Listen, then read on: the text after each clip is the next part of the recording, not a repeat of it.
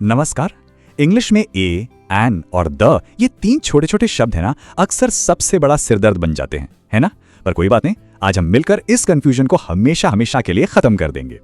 जरा स्क्रीन पर लिखे इस सेंटेंस को देखिए, शी इज टीचर।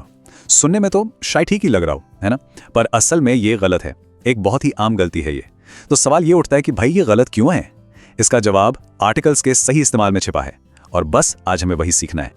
तो चलिए इस पहेली को सुलझाना शुरू करते हैं। देखिए, हर नाउन मतलब कि संज्ञा, उसे एक पहचान की जरूरत होती है, और ये पहचान कौन देता है? यही आर्टिकल्स। तो आखिर ये आर्टिकल है क्या भला? बहुत सिंपल है। ये एक ऐसा शब्द है जो नाउन यानी संज्ञा के ठीक पहले लग जाता है, और इसका काम बस इतना सा है कि ये बताता है कि हम किसी आम यानी जनरल चीज की बात कर रहे हैं या किसी खास यानी स्पेसिफिक चीज की। अच्छा, इसको समझने का सबसे आसान तरीका बताऊं? ये समझिए कि आर्टिकल किसी भी नाउन का आईडी कार्ड होता है। बस जैसे हमारे पास अपना आईडी कार्ड होता है ना, वैसे ही नाउन का आईडी कार्ड है आर्टिकल। बस ये एक लाइन याद रख लीजिए और आर्टिकल्स का पूरा खेल आपकी मुट्ठी में होगा। ठीक है, अब जब ये समझ आ गया कि आर्टिकल एक आईडी कार्ड है, तो आगे बढ़ते हैं। आर्टिकल्स के ना दो परिवार होते हैं, और यकीन मानिए अगर हम इन्हें दो अलग अलग ग्रुप्स की तरह देखेंगे तो इन्हें याद रखना बच्चों का खेल हो जाएगा। तो पहला परिवार है इंडेफिनिट मतलब अनिश्चित। इसमें आते हैं ए और एन। इनका इस्तेमाल हम तब करते हैं जब किसी आम सी चीज की बात हो रही हो। जैसे मैं कहूं अ डॉग, तो इसका मतलब है कोई भी कुत्ता, दुनिया का कोई भी कुत्ता। और दूसरा परिवार है डेफिनिट मतलब निश्चित। इसमें सिर्फ एक ही मेंबर है, द, और इसका इस्तेमाल होता है किसी खास चीज के लिए। जैसे अगर मैं कहूं द डॉग, तो इसका मतलब है कि हम उसी एक खास कुत्ते की बात कर रहे हैं, कोई और नहीं। ओके, तो सबसे पहले मिलते हैं इनडेफिनिट परिवार से, यानी ए और एन से।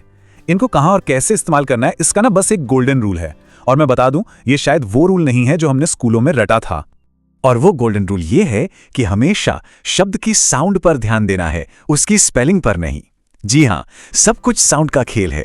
ए लगेगा या एन, ये इस बात से तय होता है कि शब्द की पहली आवाज क्या है, ना कि पहला अक्षर क्या है।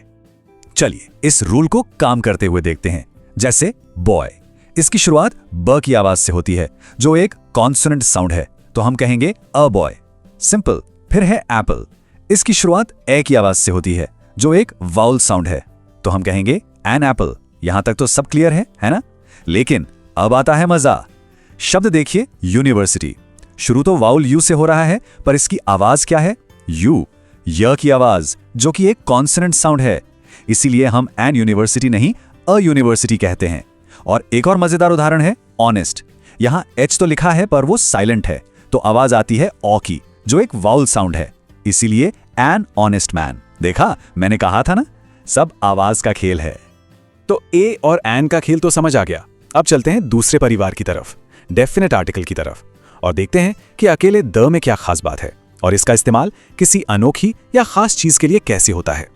तो द का इस्तेमाल हम तब करते हैं जब बात किसी बहुत ही स्पेसिफिक चीज की हो रही हो, जैसे कि जो चीजें दुनिया में एक ही हैं, द सन, द मून, या फिर खास नदियों और पहाड़ों के नाम के आगे, द गंगा, द हिमालयाज।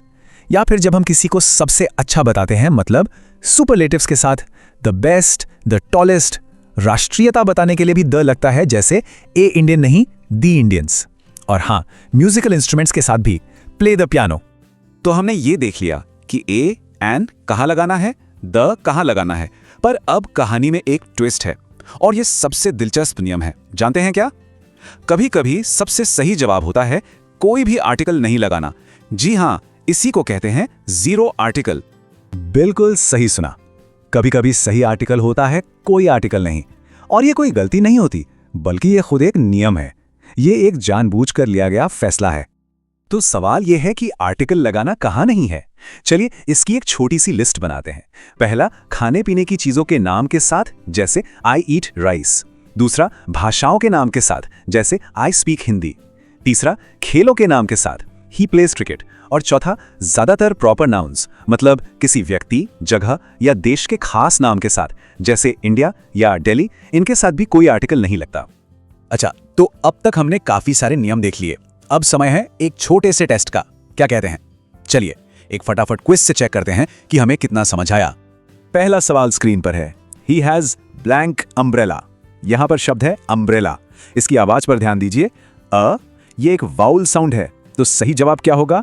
बिल्कुल option B, an. He has an umbrella. चलिए अब दूसरा सवाल। She is blank European girl. सावधान, ये एक ट्रिकी सवाल है। यूरोपियन की स्पेलिंग ई से शुरू होती है, जो एक वावल है, लेकिन इसकी आवाज है यू, य की, और य एक कॉन्सोनेंट साउंड है। तो हमारा नियम क्या कहता है? आवाज पर ध्यान दो।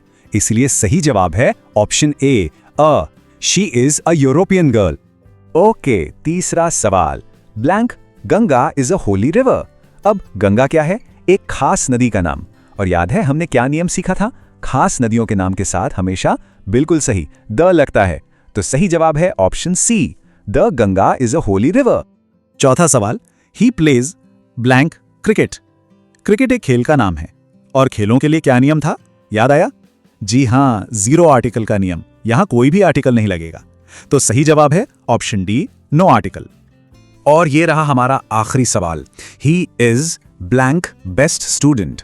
यहां पर शब्द है बेस्ट, जो कि एक सुपरलेटिव है, मतलब सबसे अच्छा। और सुपरलेटिव्स के साथ तो हमेशा एक ही चीज लगती है, द। तो सही जवाब है ऑप्शन सी, द।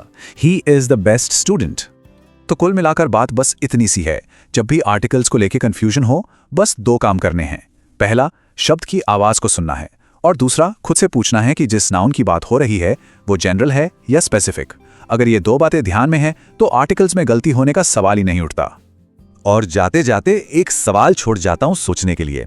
अगर आर्टिकल किसी नाउन का आईडी कार्ड है, तो फिर ग्रामर में वो कौन से नियम हैं जो नाउन के एक पर्सनल प्रोफाइल की तरह काम करते हैं, जो हमें उसके बारे में और भी बहुत कुछ बताते हैं? इस पे सोचिएगा जरूर। और हां, प्रैक्टिस करते रहिएगा, क्योंकि प्रैक्टिस से ही परफेक्शन आता है।